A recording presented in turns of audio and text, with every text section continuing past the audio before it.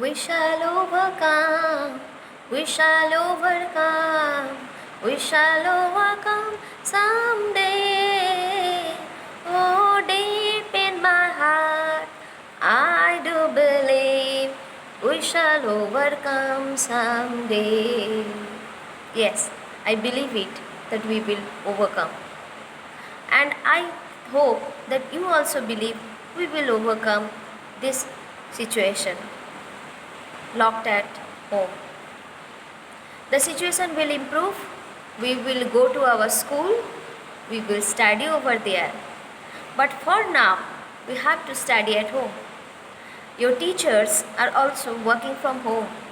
They are trying to teach you the lessons in your syllabus. Hope you will cooperate and do the same by studying the lessons taught by your teacher.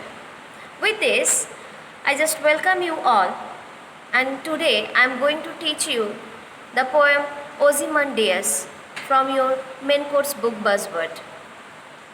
This poem is written by Percy Bysshe Shelley and it was published in 1818.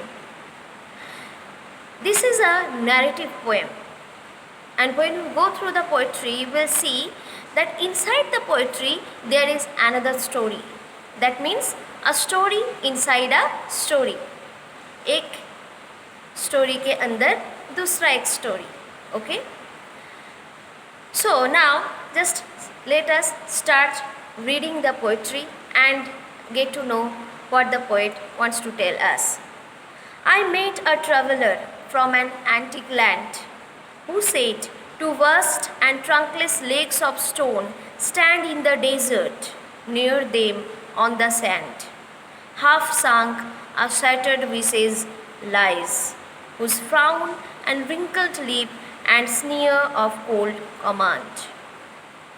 So here the poet is telling that once he has met a traveller who was from an antique land. From an antique land means he was from an ancient place. And the traveller told the poet about a statue or a ruined or broken statue that was there in the traveller's native place. उनके native place में एक statue था जो कि टूटा हुआ या ruined या broken था. उसके बारे में ट्रैवलर ने पोइट को बताए. And he told that that statue was broken. Only two legs were there standing and the upper portion or the body was not there. It was broken. The head was broken and it was half sunk in the sand. So from this it is clear that somehow the place was deserted. There was no one or nothing in that place. It was a deserted place. Now whose statue was this?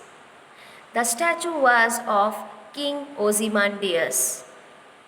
It is believed that he was a powerful pharaoh, and according to the history he was having different name, but here Ozymandias denote to a powerful pharaoh who was once powerful and made his statue, but now the statue was broken.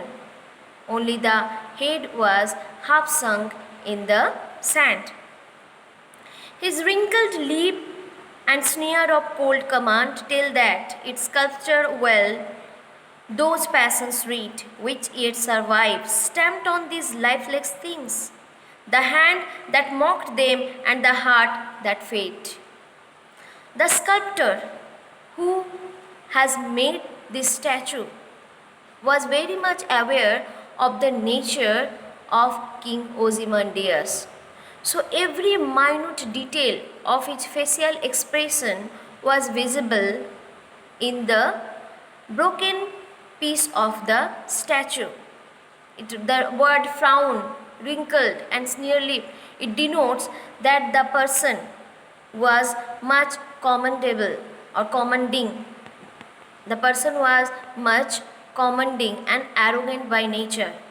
And this expression was nicely sculpted by the sculptor. उन्होंने इतने अच्छे से मूर्ति को बनाए कि वो मूर्ति की facial expression से ही जो ओरिजिनल पर्सन थे उनके नेचर के बारे में या कैरेक्टर्स के बारे में पता चल जाता है. The hand that mocked them and the heart that fed, and on the pedestal these words appear. My name is Ozymandias, King of Kings. Look on my works, ye mighty and despair. So, the pedestal. What is pedestal? आप एक जब मूर्ति देखते हैं उनके नीचे देखेंगे कुछ लिखा रहता है. It is that. What was written on that? My name is Ozymandias, the King of Kings. राजाओं के राजा. So it proves that King Ozymandias was powerful, arrogant, and he took proud upon himself. वो अपने आप को राजाओं के राजा बताए. ये mighty, that means he was much powerful. Look on my works, ye mighty and despair. Nothing beside remains round the decay of that colossal wreck, boundless and bare. The lone and level sands stretch far away. But now the traveler has described that though the king was once very much powerful, but now nothing is there. Only the broken part of the statue was there. It proves that time is the most powerful one. हम जितने भी powerful हो, जितने भी बलवान हो, We are not immortal. हम हमेशा के लिए रह नहीं सकते. We are not immortal. Human has to die. और डेथ के साथ साथ हमारे जो पावर है, जो पोजीशन है, वो भी चला जाता है. So here the poet is trying to give us the message that we should not take pride on our power. Or we should not be egoistic.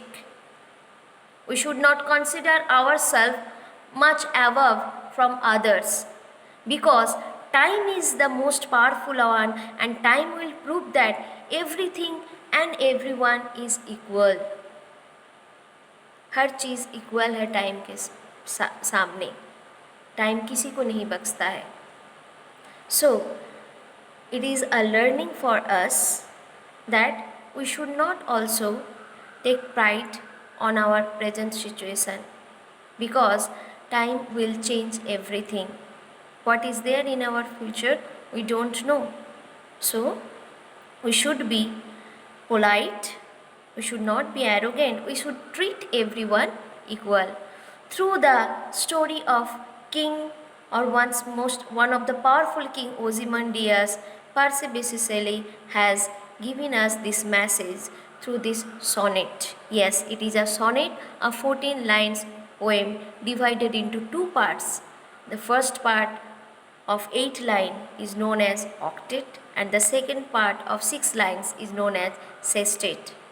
And in the octet part, or first 8 lines, the traveler has described the statue, and the last 6 lines, or the sestet part, he has described the power of time and about the nature of King Ozymandias. And in this way the poetry ends.